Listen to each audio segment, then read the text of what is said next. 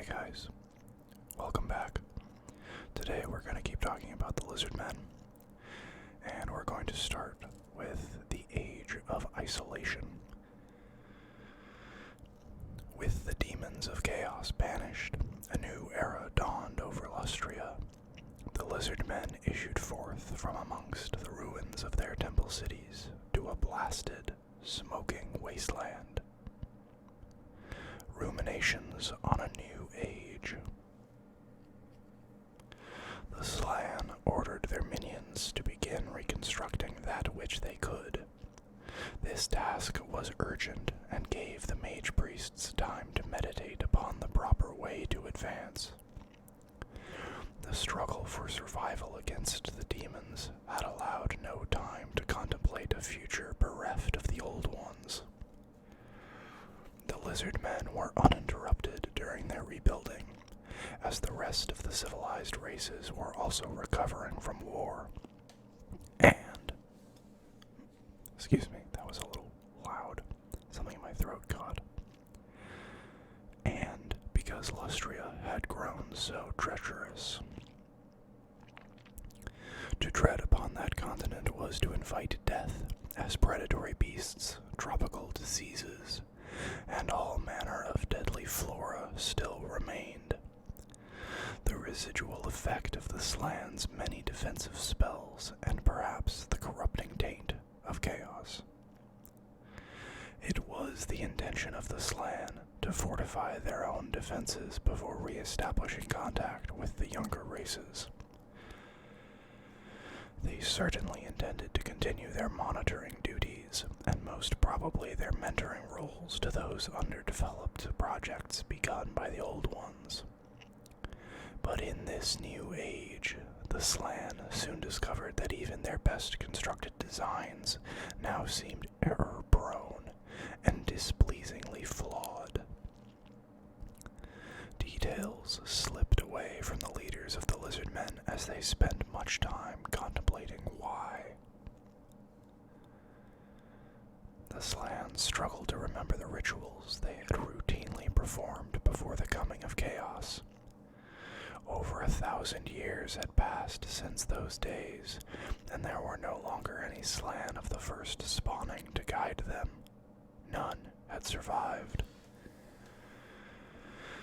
Of those Slan that remained, there was not one amongst their number that had entered the presence of an old one. It was a lengthy task simply establishing which nodes of the geomantic web were still serviceable, as many sites had been damaged or destroyed. The Great Cataclysm had a lingering effect upon the Slan, for they had looked into the swirl of pure chaos, and that image had imprinted itself upon their orderly minds. It clouded their consciousnesses and dimmed their memories. Long rests were required to sustain them after serious bouts of deeper thinking. Yet, despite the fact that they were but shadows of their former selves, the Slan remained masters of the mystic arts, their arcane skills unsurpassed by other mortals.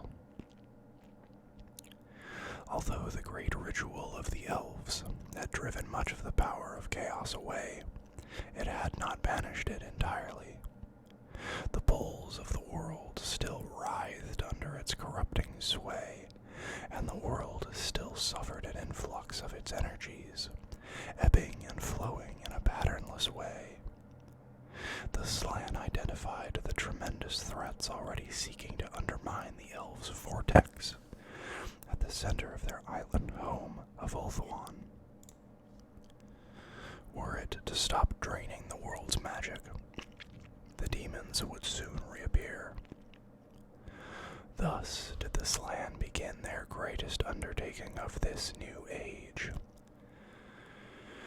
What remained of the geomantic web was used to strengthen the Great Warding, a string of lesser siphons, defenses, and sentinels that would keep the realm of chaos at bay and secretly lend its power to the vortex of the elves.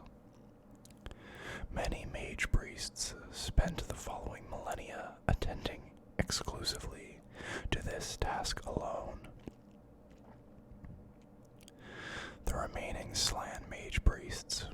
set about piecing together the great plan.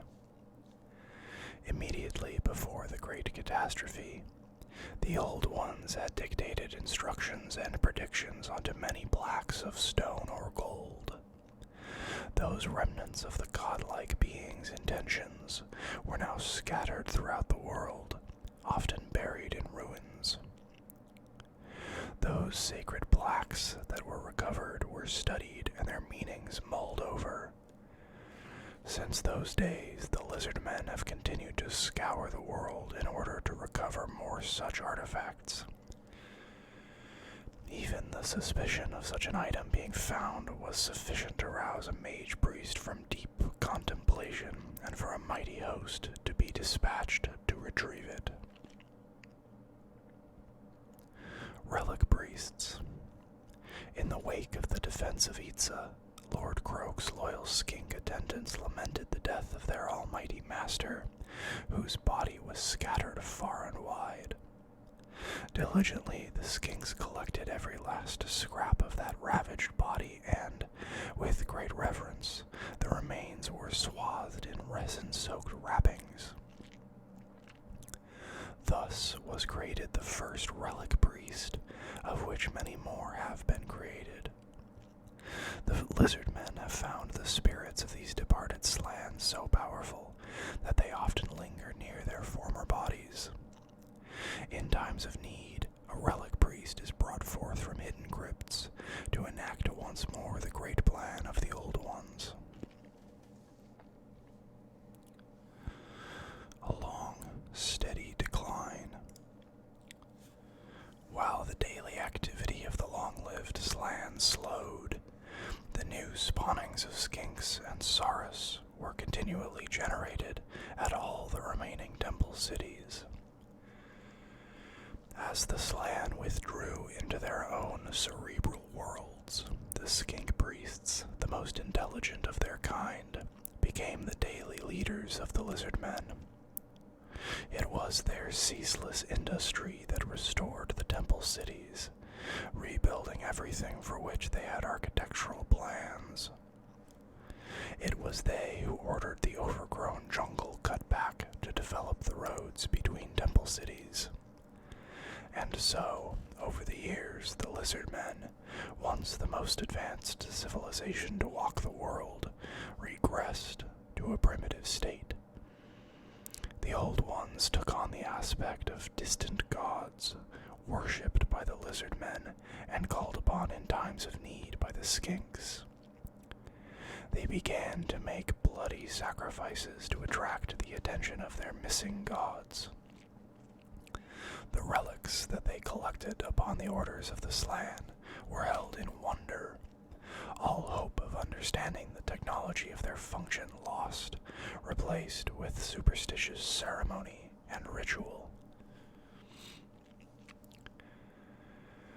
The rise of the Warmbloods. In the wake of the great catastrophe, the first of the younger races to set foot upon Lustria were the High Elves. Only the most learned of elven mages had an inkling of the beings that dwelt in the southern jungles, and they expected to find only ruins. On a mangrove-choked shore on the Isthmus of Pawax, a graceful ship pierced the steamy veil. To tread the soil of Lustria was deeply significant for the explorers, for their race had been forbidden to leave Ulthuan, and they suspected they now trespassed in the Hall of Gods. Skink watchers noted the intruders before they had marched 100 paces. When runners arrived to deliver word to what remained of the temple city of Pawax, the mage priest, Huini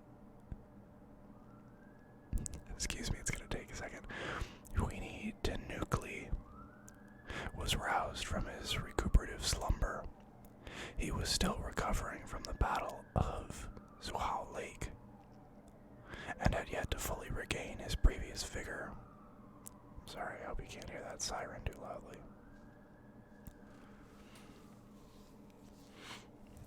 displeased that his slumber was disturbed, he uttered a number of orders to his attendants that were indecipherable, yet undeniably offensive, before lapsing back into sleep.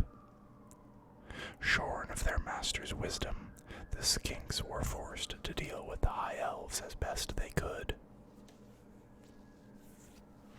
As such, they adopted a watch to see what the fair-skinned trespassers would do. The high elves, sickened by the cloying heat, had already suffered losses to blood wasps, piranha lizards, and the jungle itself. After 20 days, their captain led only a score of survivors to stand in the shadow of the bronze gates of the great city of Bahwaks. By this time, Lord Huini Tenukli had awakened. He was carried to the star chamber at the apex of the Golden Pyramid, where he ordered the intruders to be brought before him, so that he might look upon them and determine their place in the great plan. With proper ceremony, the elves were brought into Bahwaks. They walked what remained of the city's processional avenue. Even in its ruined state, the elves gazed in awe at the majesty of the architecture and the hulking temple guard that flanked them. They climbed the steep stairs to the top of the Golden Pyramid, their skin tingling from the powerful confluence of the geomantic nexus. Complete silence fell, as Huini Tenukli appeared not to register their presence. At long length, the mage priest's eye focused upon the beings before him, and he croaked out a single sentence before lapsing into unmoving repose. The skink priests attending Huini Tenukli erupted in excited chatter as they debated the meaning of the mage priest's utterance. Finally, the most senior of their kind pointed at the high elves and declared that Huini Tenukli had said they should not be here. In an instant, the temple guard closed in around the elves. Seeing their peril, the elves drew their own weapons, and bedlam erupted. The temple guard instinctively protected their master, and half of the elves were cut down. The high elves' captain led a desperate fighting retreat down the steps and through the vast city gates. They were allowed to escape, but even so, only the captain and a handful of warriors ever made it back to their ship. Many months later, racked by disease, the captain brought word back to the Phoenix King, Bel-Shanar, of the cold-blooded creatures of the jungle. It would be many years before the elves of Ulthuan dared to set foot in Lustria again. In time, the other younger races discovered the hidden continent of Lustria and attempted to penetrate its depths. Most that set foot upon its golden coastlines died a gruesome death before traveling far into the jungle. Others succeeded in plundering outlying sites, stealing away treasures sufficiently valuable to establish entire empires in the lands from whence they came. The coming of these races was, to a degree, predicted. Where once the Slan had been tasked with controlling every step in the development of the approved mortal races, now they could plainly see that entropy had crept into the great plan. And that is where we are going to stop for today. I know it's a shorter video, but I'm not feeling great. Not sick, don't worry. It's not going to happen again. But just don't want to give you guys a half-assed video. I hope you enjoyed it, and I'll see you all next time.